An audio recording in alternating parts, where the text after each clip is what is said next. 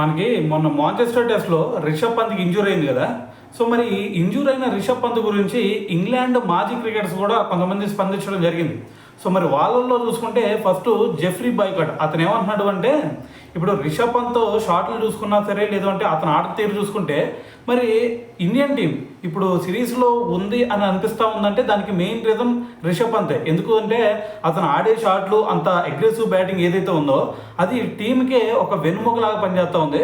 So ఇప్పుడు చూసుకుంటే మరి రిషబ్ పంత్ మరి ఇంజూర్ అయ్యి పక్కన కూర్చున్నాడు కాబట్టి ఇది ఖచ్చితంగా ఇండియన్ టీంకి ఒక ఎదురు దెబ్బ లాంటిది అని చెప్పేసి మరి ఇక్కడ జెఫ్రీ బాయ్కాట్ కూడా రియాక్ట్ అవ్వడం జరిగింది.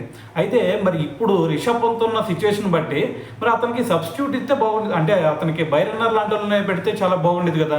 సో అయితే దాని గురించే మనకి మైకల్ వాన్ అలాగే లాయిడ్, సో వీళ్ళిద్దరు కూడా అదే చెప్తా ఉన్నారు. సో మరి ఇటువంటి సిచ్యువేషన్లో ఏది మనకి ఎటువంటి ఇబ్బంది లేకుండా మిగతా వాళ్ళు బైరన్నర్లు పెట్టుకుంటూ ఉంటారు కదా. సో మరి అటువంటి సిచ్యువేషన్ అయితే ఖచ్చితంగా తప్పే. కానీ ఇప్పుడు ఇంకొక 6 వారాలు రెస్ట్ కావాలన్నారు ఇక్కడ రిషబ్ పంత్కి. సో మరి ఇటువంటి సిచ్యువేషన్లో ఖచ్చితంగా ఐసీసీ మరి అతనికి ఒక బైరన్నర్ అనే ఆప్షన్ కనుక తీసుకొస్తే చాలా బాగుండిద్ది. సో ఖచ్చితంగా తీసుకురావాలి కూడా, ఎందుకంటే మరి అక్కడ అతను బ్యాటింగ్ చేసే అతను కనీసం అడుగు తీసి అడుగు కూడా పెట్టలేకపోతున్నాడు. సో మరి ఇటువంటి సిచ్యువేషన్లో ఖచ్చితంగా ఐసీసీ దీని గురించి ఒక రూల్ తీసుకొస్తే బాగుండిద్ది అని చెప్పేసి ఇటువైపు లాయిడ్ అదేవిధంగా మైకల్ వాన్ కూడా దీని గురించి అయితే రియాక్ట్ అవ్వడం జరిగిందనమాట.